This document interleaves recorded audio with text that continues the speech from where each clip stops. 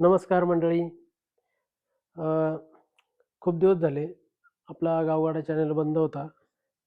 अगदी सर्च केला तरी तो चॅनल येत नव्हता आणि सगळ्या कुठेही सर्च केला तरी तो डायरेक्ट गावगाडा हा गायब होऊन गेला होता.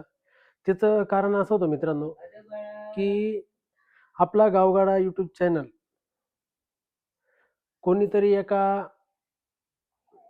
व्यक्तीने बाहेरचा आहे कोणीतरी दुसऱ्या राज्यामधला, तर त्याने आपल्या चॅनलवरती कॉपीराइट स्ट्राईक टाकल्या होत्या खोट्या आणि त्यामुळे आपला चॅनल बंद झाला होता आणि बंद म्हणजे डायरेक्ट टर्मिनेट झाला होता आणि टर्मिनेट झाल्यामुळं तो चॅनल सर्चवरती पण दिसत नव्हता.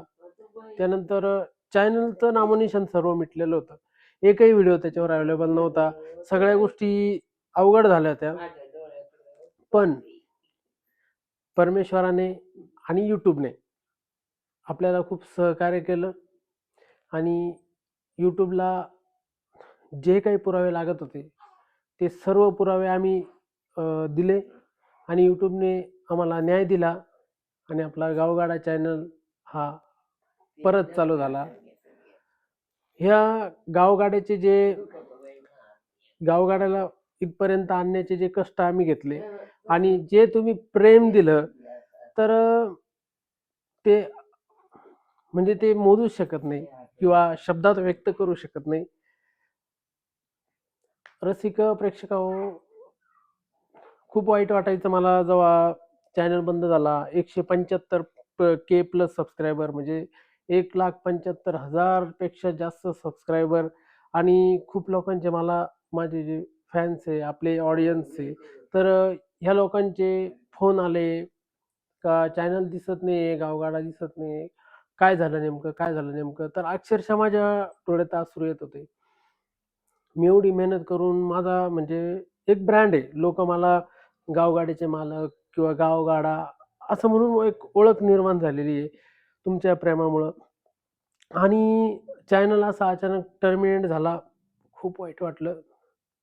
अतिशय अक्षरशः म्हणजे जेवण देखील जात नव्हतं आणि काम करण्याची सर्व इच्छाच राहिली नव्हती.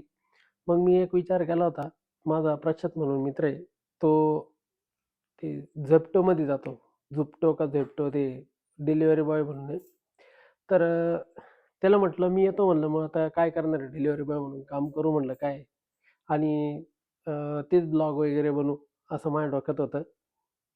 पण परमेश्वराच्या कृपेने आणि तुमच्या सर्व रसिक प्रेक्षकांच्या आशीर्वादाने आपला चॅनल परत चालू झाला आणि आता मी याच्यावरती खूप सारी मेहनत करतो.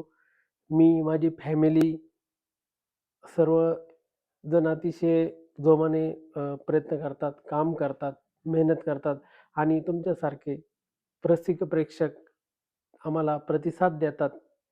यापेक्षा मोठं काहीच नाही असू शकत. रामकृष्ण हरी मंडळी.